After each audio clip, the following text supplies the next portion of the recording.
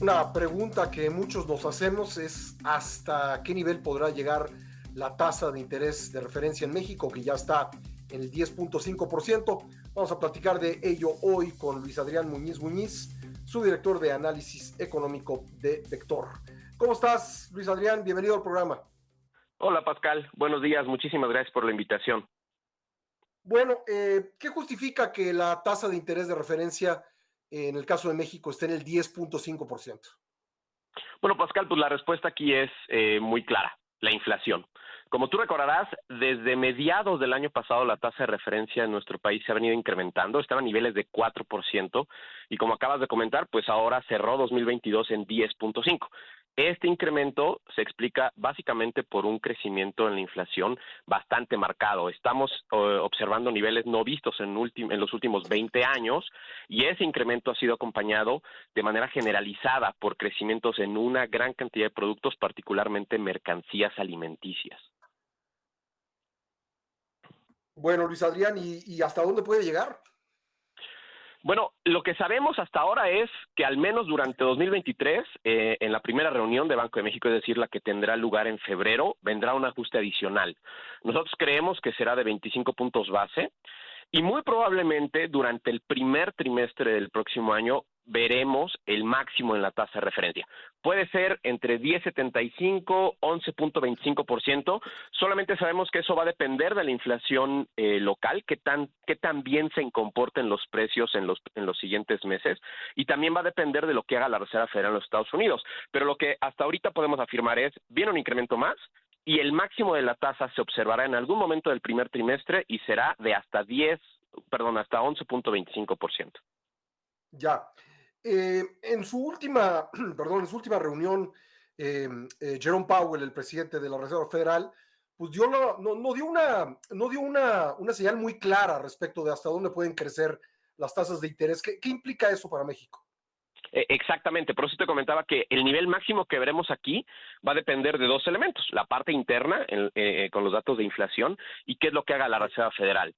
México y Estados Unidos tenemos economías muy conectadas, nuestros sistemas financieros también lo están, y nuestro tipo de cambio es flexible y muy, digamos, sensible a la política monetaria relativa. Por eso es que hemos observado durante todo el año pasado y este año incrementos simétricos entre México y Estados Unidos. Si la Reserva Federal continúa su ciclo de alza, no sé, 2, 3 ocasiones más incrementando la tasa de referencia, muy probablemente en México también veremos algo similar. Por eso es que todavía tenemos cierta incertidumbre de hasta qué nivel puede llegar. Cuando la inflación local ya cambie de tendencia y veamos una desaceleración, pues relativamente marcada, aunque sea leve, pero marcada, puede ser el momento en el que México mantenga su tasa de interés sin cambios.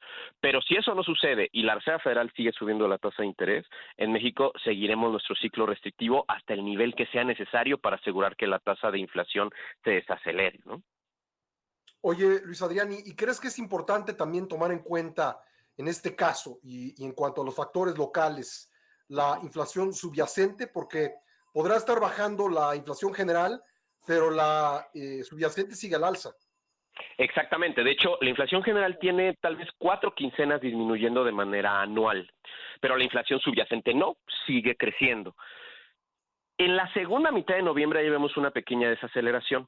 Esta semana se publica el primer dato la primera quincena de diciembre, en la cual también estamos esperando una desaceleración. La inflación subyacente es clave para la política monetaria en México y en cualquier otro banco central.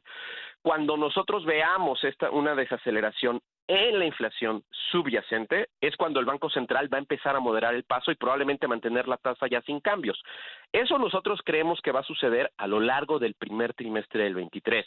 Por eso es que la tasa terminal la observaremos en ese periodo, en algún momento de ese periodo, cuando ya veamos este cambio y una desaceleración que ya sea un poquito más sostenida, ¿no? Que ya nos dé certeza de que en adelante vamos a ver una inflación subyacente cada vez menor. Lo que nosotros estamos esperando para la inflación subyacente y también general en 2023 es que finalicen más o menos en torno al 5.5% en términos anuales. Este año van a acabar más o menos en 8 y el próximo en 5. Quiere decir que vamos a ver una tendencia de desaceleración. Todo el próximo año probablemente va a ser momento en el que, insisto, la tasa de referencia llegará a su nivel máximo y veremos probablemente en la segunda mitad del año espacio para que venga alguna disminución en la tasa de referencia, eso si las condiciones inflacionarias internas lo permiten, ¿no? Finalmente, ¿qué recomendaciones le harías a los inversionistas en función de que pues hay muchas variables, ¿no? En cuanto al nivel máximo que puede llegar a tener la tasa de referencia en México y cuándo la alcanzaría. Ujú. ¿Qué recomendaciones les harías?